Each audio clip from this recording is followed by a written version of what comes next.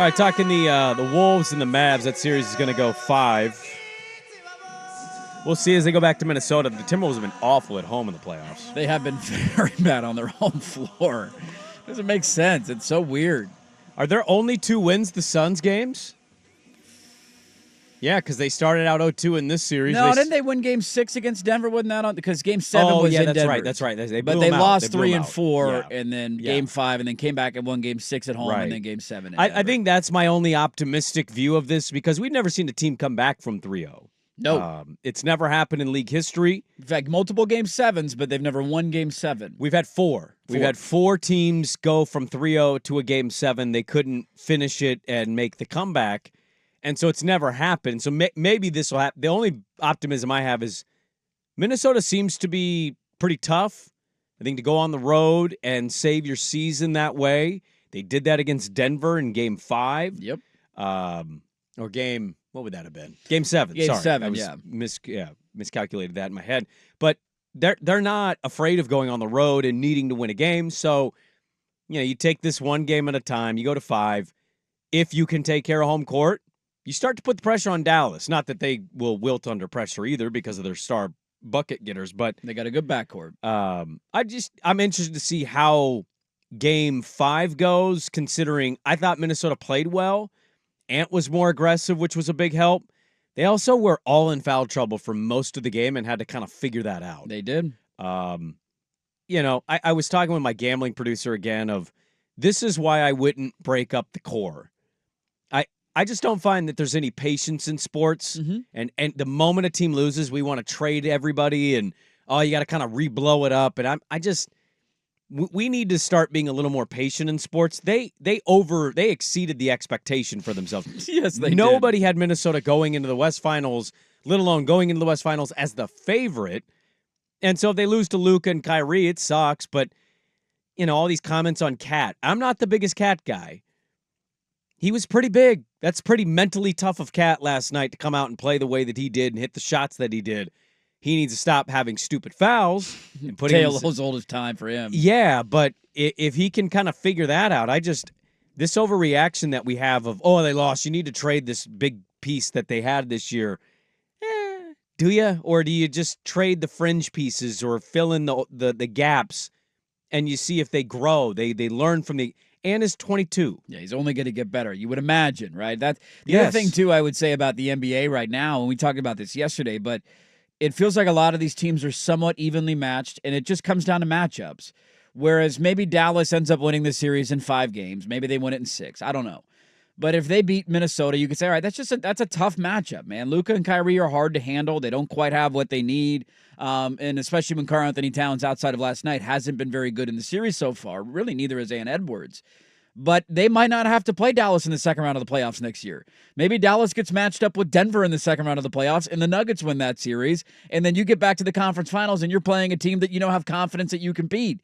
So it's all about matchups, and it's all about advantages. And so I think in this era of the NBA especially, it doesn't mean you don't look for ways to improve your team, but the idea to win 56 games, get to the conference finals, and then say we got to trade one of our core guys, I'm not there at all. Well, it's like he was like, I'd trade Cat. And I'm like, I get it, but I'm like, okay, what's the trade? Well, yeah, what are you going to go get? He goes, Washington? I'm like, what on Washington would I want? They were awful. Kyle Kuzma? No, Kyle thank you. Yeah, how's that going to help? I mean, they could use another ball-handling, shot-creating guard. I don't disagree with that. That's probably the biggest... Yeah, the irony of all of it is... Imagine Malcolm Brogdon coming off the bench for that team. Yeah, well, I've been watching him thinking about Anthony Simons. Imagine Anthony Simons next to Ant Edwards. I mean... No, I think you need more of a Mike Conley, true point guard-ish type. Don't you think Brogdon could be that for them off the bench? Brogdon could be that. The concern with Brogdon sometimes is he just decides he's going to shoot when he gets across half court. Yeah. And that's not the person I want. I'd rather have more somebody in the mind frame of Scoot. Not that, where it, okay, first guy. How do I make plays? Yeah. And if everybody guards everybody else, then, okay, I can beat my guy to the rim or something like that, kind of the way Conley is. But they may look to the draft for that. There's going to be point guards you can develop at the back. There always is at the back half of the draft So they may look to go there so they don't have to spend money on another contract to bring somebody else in. I don't know how much longer Conley's going to stick it out, but if you had somebody to mentor under Conley for a couple of years, that would be great. The tough position that they're in is what they gave up to get Gobert, too, because that was a lot of their future ammunition. It was a 2023 first-round pick, which is obviously last year, not this year's pick. So they have this year's first-round pick, but then 25 went to Utah, 26 is a pick swap, 27 and 29 went to Utah. Those couple of those picks, though, if you keep Edwards, which they're not bad picks. They're not going to be good picks for the other teams. No, they're not. The one pick swap won't be a good pick, and neither will the 25 pick, because Minnesota will be one of the better teams in the NBA. It's just a point of that was a lot of their future ammunition, and it's worked out so far. They're in the conference finals. Maybe they come back and win this series, but when you don't have that many first-round picks to play with, it becomes a little more tricky. Well, and I also, like, the second apron conversation gets brought up, and I'm like, I don't care. I'm not the owner. It's not my money. Like, what do I care? No. These owners and these teams are fighting tooth and nail to get a roster good enough to get to the spot, and then they're going to get cheap? Yeah, well, right then you deserve everything you get. I mean, I don't know what to tell you. I don't care about the money part. I was more talking like the Alexander Walker spot, where it was a good story. Blazer fans sure told themselves, oh, man, but he's been relatively awful from the perimeter, almost unplayable to a certain point. Yeah. If you found a guy that hit those shots, and even to our conversation yesterday about parity in the league, I mean, look at Denver as an example. You mentioned we don't know if Minnesota's going to take on Dallas next year. You're so right on that. And even if they do, is PJ Washington going to hit all these threes? Because I would have told you Denver was going to do it. They won the title. None of their dudes outside of Murray and Jokic scored anything. And that was almost an entire team of guys who won the championship. So, we tend to get ahead of ourselves here on some of this stuff where it's like Dallas could be back next year if they win the West. I don't know if PJ Washington's going to hit those shots. I don't know if Hardy's going to keep coming off the bench as a former G Leaguer. I have no Josh Green going to be good. Yeah. You just don't know. Denver's guys weren't good in their big pivotal moment. No. And they had one pivotal moments last year. So nothing's a guarantee, and the role guys are always the wild card. I did quite enjoy in Game 3, Patrick Mahomes and Travis Kelce were courtside for the Dallas Mavericks. And obviously Mahomes being a big Texas guy. And they won. And then yesterday, the Dallas Cowboys were sitting courtside,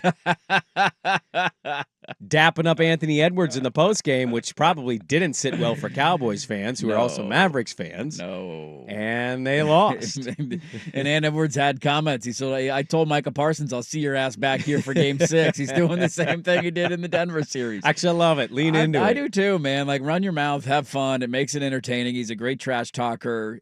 His press conferences are hilarious. He had a comment about Conley being an old-ass man last night. Yeah, he's making fun of his pants. It's basically the way he started. It's perfect. It is hilarious, though, that Parsons and the Cowboys were there, and it equaled a loss for Dallas. And I believe, does Ant Edwards have his own shoe? Does he have okay. With Adidas, Because I think I saw Ant Edwards say that he saw Micah Parsons wearing his shoe courtside, and he was like trying to talk trash to him. He's like, dude, you're wearing my shoe. You can't come in here and talk trash to me. It's a lot to do that, to wear this. It's like Michael Jordan or Kobe saying that, too. It's like, hey, Jordan, you suck. Like, dude, look down at your feet, bro. You're wearing my shoes, man. You're not wearing Steve Francis's. No, you are not wearing AIs right now. You're wearing the Jordans. What are we doing here?